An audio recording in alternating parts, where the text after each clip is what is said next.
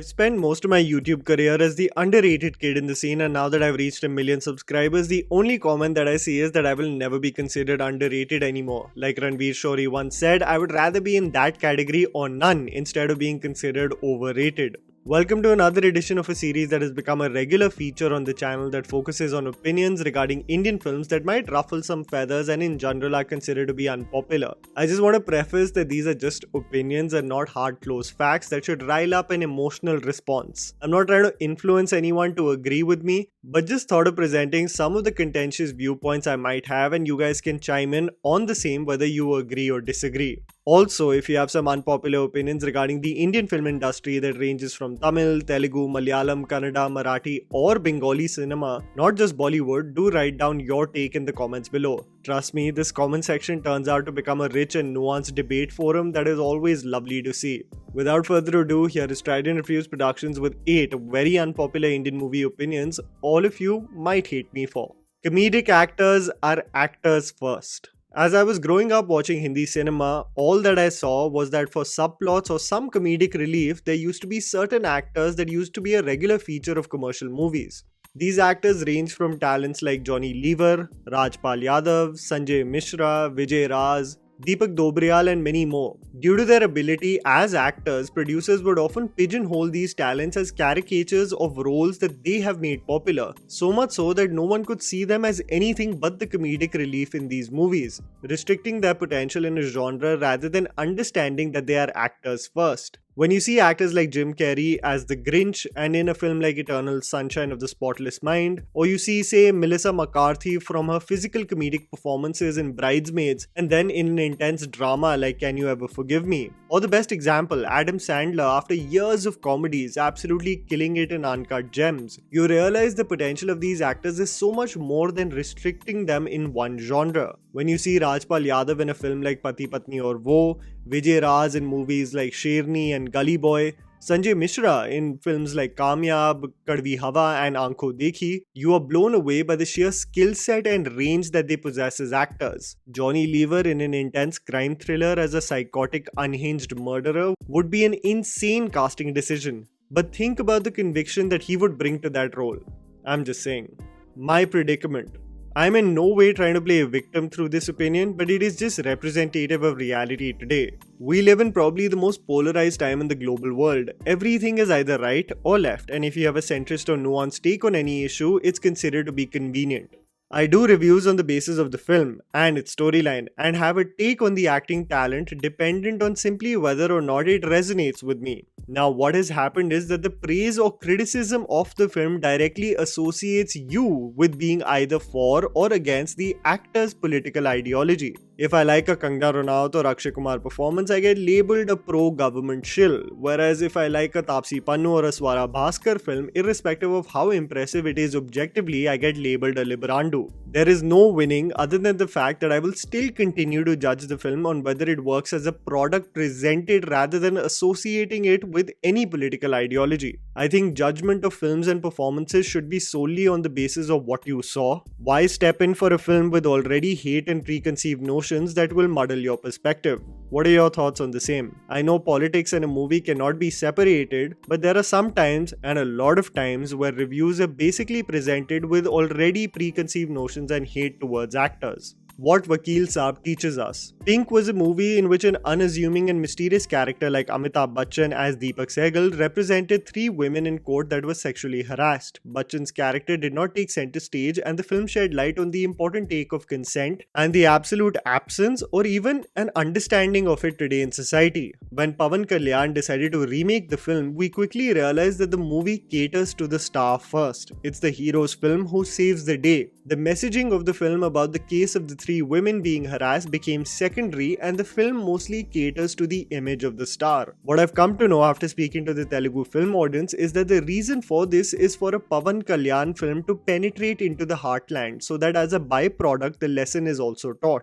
Almost intentionally being pitched as a commercial star-led film so that audiences come to theatres first and then secondly have something to take away from the movie. I hope one day, however, the necessity to pitch films only to cater to the star rather than the story fades away, but that would also be me simply being naive to the commercial forces. The next phase of Shahid Kapoor will be the best. I've grown up watching Shahid Kapoor's oscillating career that has had many highs and lows, but have stuck through thinking that the man has a lot of potential. He would have some hits and a lot of duds, and this has consistently happened since Ishq Wishq. Kamine would be followed with Chance Pe Dance, Haider would be followed with Shandar, Udta Punjab would be followed with Rangoon, and Padmavat would be followed by a dud like Batti Gul Meter Chalu. It's been bad. But I actually think that the new phase of Shahid Kapoor post Kabir Singh will be the best of his career. Surely from the choices that he has made. From the remake of Jersey, a web series project with the talented duo of Raj and DK, and an action venture with Ali Abbas Zafar. I actually think it's going to be an extremely content-rich and successful phase in the man's career.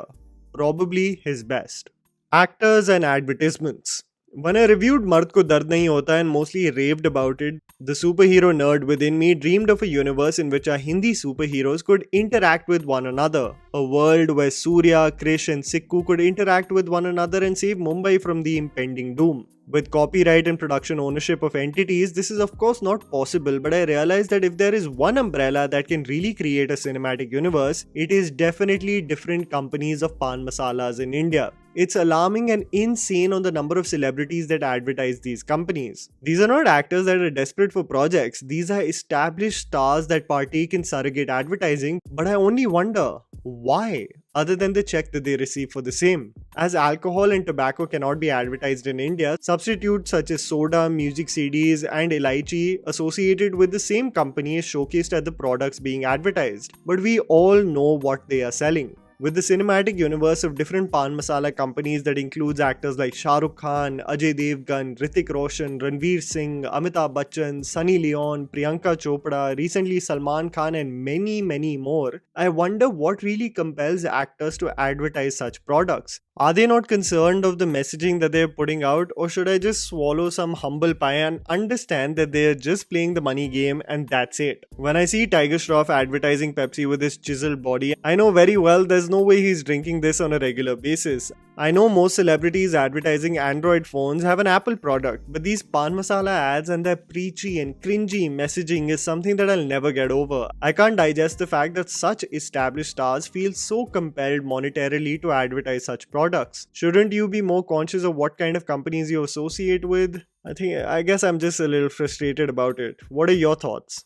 Ye Jawani, Hai Deewani. This is a Ranbir Kapoor movie that is loved by many. I have to say that I fall in the category that isn't really a fan of the film's storyline and its characters' decisions, especially Bunny. I will forever stand by its beautiful music and performances. And listen, before you come with your pitchforks, you know I'm a Ranbir Kapoor fan. But this film is so self-serving to the narrative of Bunny that it completely disregards the feelings and sentiments of others. The man chooses himself to study, travel and work for his professional success at the cost of probably any stable personal relationship, both from a romantic perspective as well as friends. But acts almost as if he has a right or ownership over the woman that he reunites with after 8 years. He disconnects with friends like Avi and Aditya but wants everyone to act normal as he randomly appears for Aditi's wedding. Bunny is very lucky to have a doting Naina around him who is basically obsessed with him and keeps on telling him that she will fall in love with him if they spend more time together.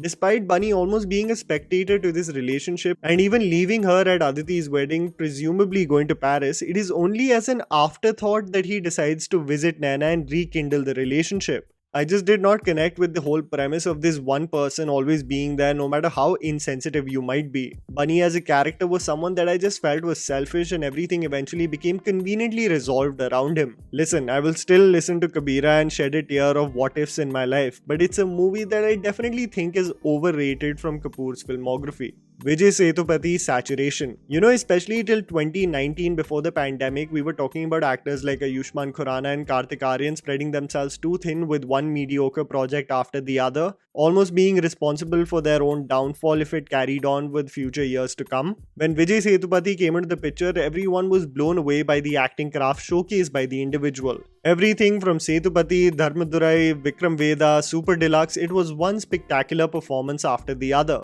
Tamil film fans are especially alarmed at the number of underwhelming projects and that too in quick succession that Sethupathi is featuring in. This is another trap that I feel the actor should not get stuck in, as his previous work is too precious and celebrated to be ruined if we look back at the journey with such abysmal projects. Labam, Tughlaq Darbar, and Annabelle Sethupathi, to name a few. We don't want the actor to be in everything, and we wish for him to take more conscious decisions. Let me know what you think about the same. 2000s Bollywood beats the 2010s.